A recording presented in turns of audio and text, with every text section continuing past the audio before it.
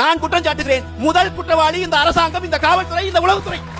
சும்மா மறுபடியும் செத்து பணமா விழுந்த பிறகு இன்னும் என்னென்ன நரேட்டிவ் செட் பண்ணிட்டு இருக்கீங்க. நாங்க கொண்டு போய் ஒரு அனுமதியை எழுதி கொடுக்கிற போது காவல் நிலையத்தில் எவ்வளவு பேர் வருவார்கள் என்பதை நாங்கள் சொன்ன பிறகு தனித்தனியாக ஒவ்வொரு நகர செயலாளரை, ஒவ்வொரு பகுதி செயலாளரை, ஒவ்வொரு கிளை செயலாளர் வரைக்கும் ஐஎஸ் தொடர்பு கொள்வார், உளவுத்துறை அதிகாரி தொடர்பு கொள்வார். சார் எத்தனை வண்டி வருது, சார் எத்தனை பேர் போறீங்க, நாங்க சொல்ற கணக்கு மட்டும் எடுத்துக்க மாட்டார்.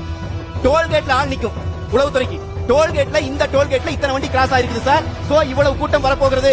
இதை கொடுக்கிற வேலை தான் உளவுத்துறையின் வேலை.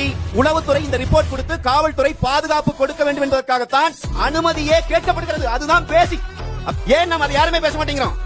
விஜய் நேரம் கழிச்சு வந்தார். விஜய்க்கு கொடுக்கப்பட்ட நேரம் என்ன சொல்லுங்க, அனுமதி நேரம் என்ன? 3 to 10.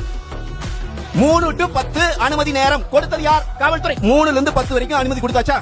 இந்த அனுமதி கொடுத்த இந்த நேரத்திற்குள் விஜய் 2:59க்கு வந்து கலவரம் செய்திருந்தால் விஜய் குற்றவாளி. 10:01க்கு வந்து கலவரம் செய்திருந்தால் குற்றவாளி. 3ல் இருந்து 10 வரைக்கும் முழுமையான நேரமும் பாதுகாப்பு கொடுக்கிறேன் என்று காவல்துறை உத்தரவு கொடுத்திருக்கிறது. அப்புறம் தாமதமாக வந்தார்னா அப்ப முதல் நாளே என்ன நரேட்டிவ் செட் பண்றீங்க? அவர் லேட்டா வந்தார். அவர் லேட்டா வந்திருந்தாலும் பாதுகாக்க வேண்டிய பொறுப்பு உங்களுக்கு இருக்கிறது என்பதையும் சேர்த்தே நான் சொல்லுகிறேன். அவர் தவறாக எண்ணிக்கை கொடுத்தார். அவர் கொடுத்த எண்ணிக்கையை ஏற்றுக்கொண்டு பாதுகாப்பு போடுவது என்றால் உளவுத்துறையின் வேலை என்ன என்கிற கேள்வியை நான் முன்வைக்கிறேன். சார் நான் எக்ஸ்ஆர் ஒய், நான் விஜய், நீங்க இவ்வளவுத்தையும் ஃபோர்சி பண்ணி அவங்க இன்னும் கடுமையான கட்டுப்பாடுகள் அங்க விஜய் மேல போட்டிருந்தாங்கன்னா ஆஹா எதிர்க்கட்சிகளை நசுக்கிறார்கள் கிளம்பிடுங்க. இதுதான் ஒரு சரியான கேள்வி. உங்களுக்கு கேட்கிறேன். விஜய் வந்துட்டு இருக்காரு, இவங்களுக்கு தெரிஞ்சிருச்சு காவல்துறை, அவங்களே சொல்றாங்க, அவங்க தரப்புலே சொல்றாங்க, கூட்டம் அதிகமாயிட்டு இருக்குது, தாங்க முடியல, மிகப்பெரிய பிரச்சனை ஆகுது, குடிக்க தண்ணி இல்ல, பாட்டில் இல்ல, எல்லாம் சொல்றீங்கல்ல. போலீஸ்க்கு தெரிஞ்சிருச்சுல விஜய் உள்ளே வந்தால் இந்த இடத்துல பெரிய அளவுல பிரச்சனை ஆகும் தெரிஞ்சிருச்சுல. நாம என்ன வெளிப்படையா கேட்கிறோம், நாமக்கல் இருந்து கரூர் வருகிற சாலையிலே விஜயை நிறுத்தி கைது செய்வதிலே உங்களுக்கு என்ன பிரச்சனை?